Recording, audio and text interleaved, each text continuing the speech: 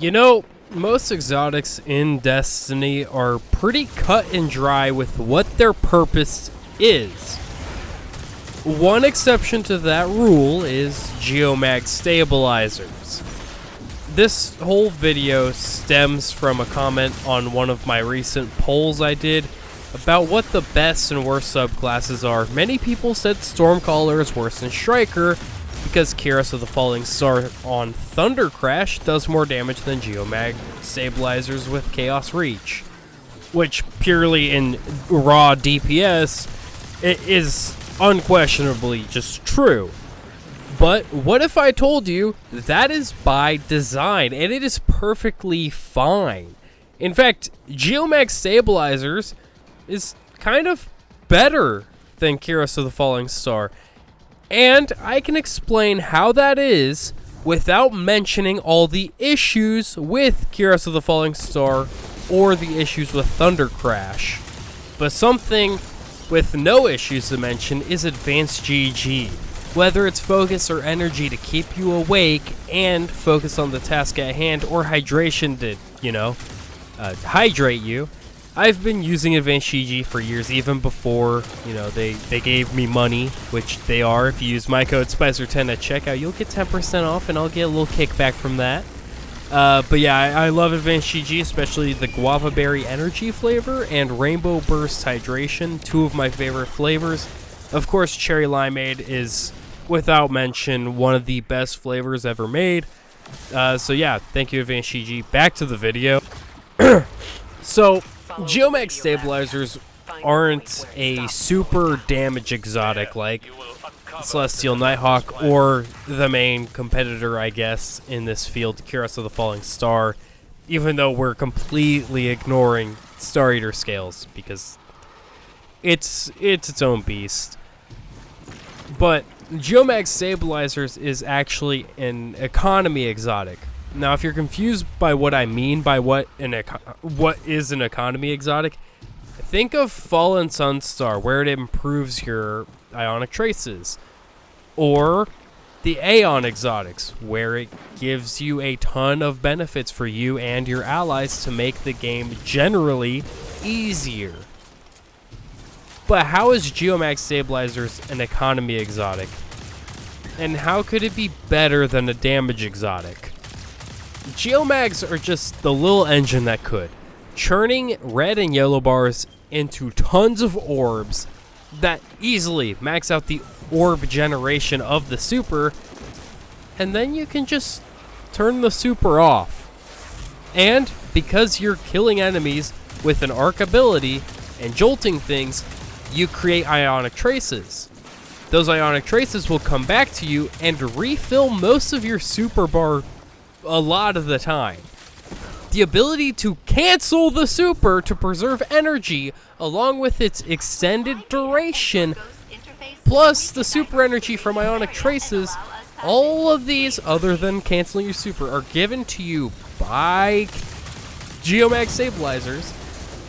It makes ionic traces super plentiful for Stormcaller, and by proxy, Chaos Reach becomes very, very spammable in PvE. But why would a spammable super like Chaos Reach be useful?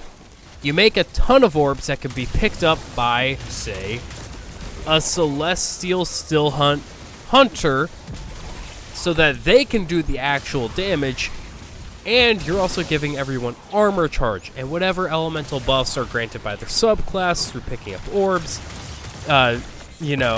invigoration, all those boot mods that help you by picking up orbs. You're giving that to everyone by making orbs. And yes, everyone can do that with their super, but Chaos Reach with Geomag stabilizers generates super energy so fast and makes so many orbs that it is hard for other supers to compete. To put this theory in another field of explanation, what about Magic the Gathering? In terms of Magic the Gathering, we're looking at a 6/6 Colossal Dreadmaw for 6 mana. That is Keras of the Falling Star. Yes, it does a decent chunk of damage, at not the greatest cost, but definitely not the worst. Where you can pay 3 mana for a 2/3 creature, Selvala Heart of the Wild, who you can tap to create a ton of mana, you know? So, yeah, you got Colossal Dreadmaw, 6 damage, that's pretty useful. Or you can use Selvala to generate a ton of mana to get a 100/100 Gold Vein Hydra, that being our Celestial Still Hunter. And if you don't understand Magic the Gathering, then I guess look at Geomag like a savings account. You put money into it, then you withdraw a large amount, you send the kids to college, then they like buy you a house, and then you spend your retirement money on buying other houses, creating generational wealth for your family, and that cycle continues. Geomag isn't at all the solution for boss DPS. I mean, sure, you have Arc Souls and Bait and Switch Apex for that, but, you know, it's more useful if you're constantly shoving orbs down the throat of a Celestial Still Hunt Prismatic Hunter to let them do that damage for you as you clear the ads for them, and just clear waves, create a ton of orbs, and keep doing that repeatedly. They'll feed you orbs by getting headshots. You pick up those orbs, you clear the mobs away. They clear the bosses for you. As we close out this video, I just want to say that if someone asked me if I wanted a Curse of the Falling Star Striker or a Geomag Stormcaller and a Grandmaster, if those are my options, I'm choosing the Geomag every single time.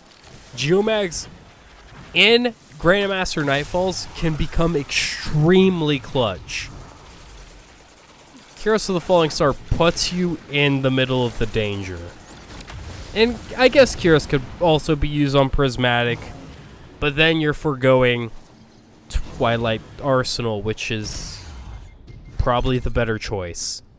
Anyways, I just wanted to look at Geomag Stabilizers because they're kind of a misunderstood exotic. I think the original intention for them was to be a boss damage exotic, but it has grown into a different role than that.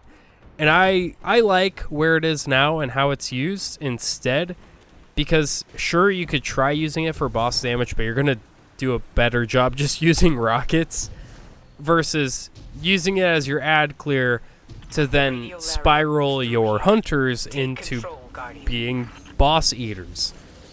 And I like having exotics that kind of change the way that you think about how to build your character. And I hope we see more stuff like that. So yeah, I just want to talk about Geomag Stabilizers, a pretty misunderstood exotic. It's not good at one thing you think it should be, but it is way better than a lot of things at something also kind of important. So anyways, as this video's going, please like, comment, subscribe. Tell me other exotics that you think are kind of misunderstood and not used correctly, and I'll look into them. I think it's pretty interesting. Anyways, yeah, maybe consider joining the channel, checking out the pinned comment. I got a Discord server there too. Check out Advanced GG. I love their stuff, you know.